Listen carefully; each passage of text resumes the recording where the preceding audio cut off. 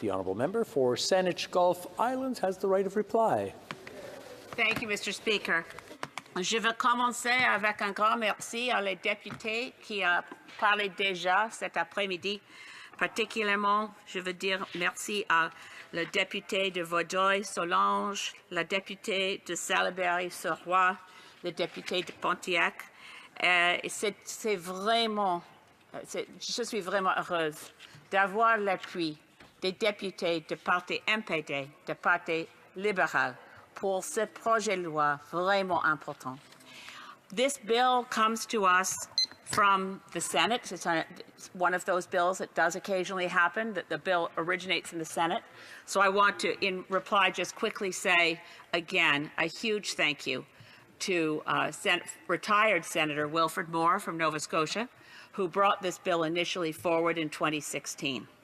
I also want to extend my deepest thanks to Senator Murray Sinclair, who took up this bill and ensured that it complied with concerns about rights of Indigenous peoples as it moved forward.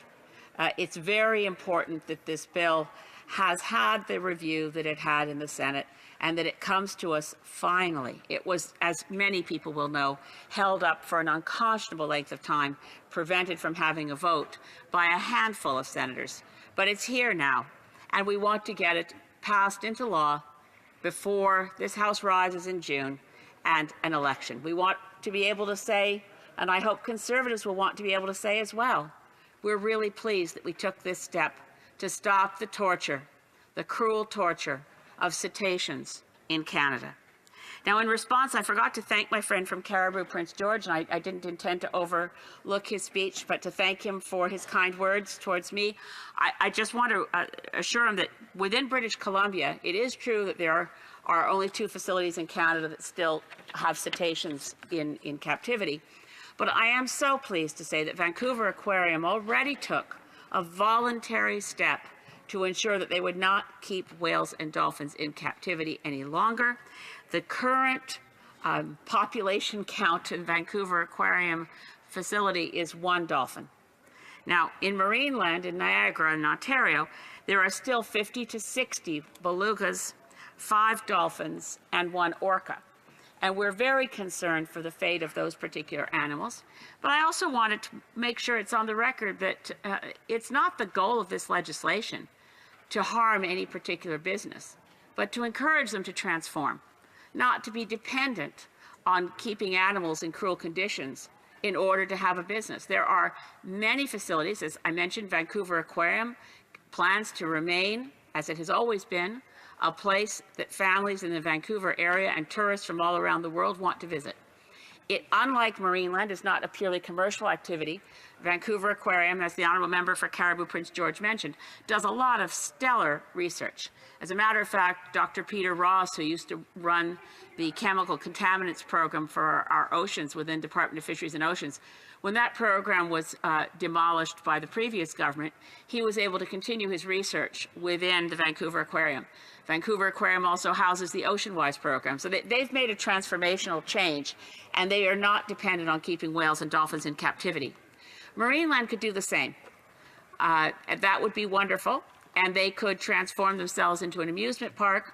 I imagine that they should consult with the people who run Cirque du Soleil to imagine what kind of entertainment can be offered by human acrobats using a swimming pool as a base of a theater.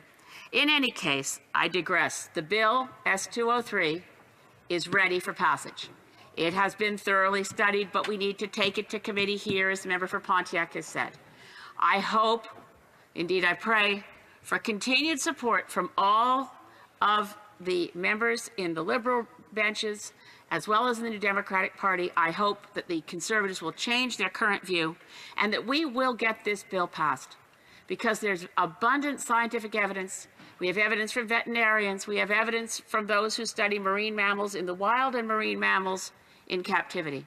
And we know that for cetaceans, captivity is torture, and it's time that we put an end to it. Thank you, Mr. Speaker. The question is as follows. Ms. May, seconded by Monsieur Choquette, move that Bill S-203, an act to amend the Criminal Code and other acts ending the captivity of whales and dolphins, be now read a second time and referred to the Standing Committee on Fisheries and Oceans. Is the pleasure of the House to adopt the motion? Yes. On division? Carried on division. Reading of this bill, deuxième lecture de ce projet de loi. Accordingly, the bill stands referred to the Standing Committee on Fisheries and Oceans.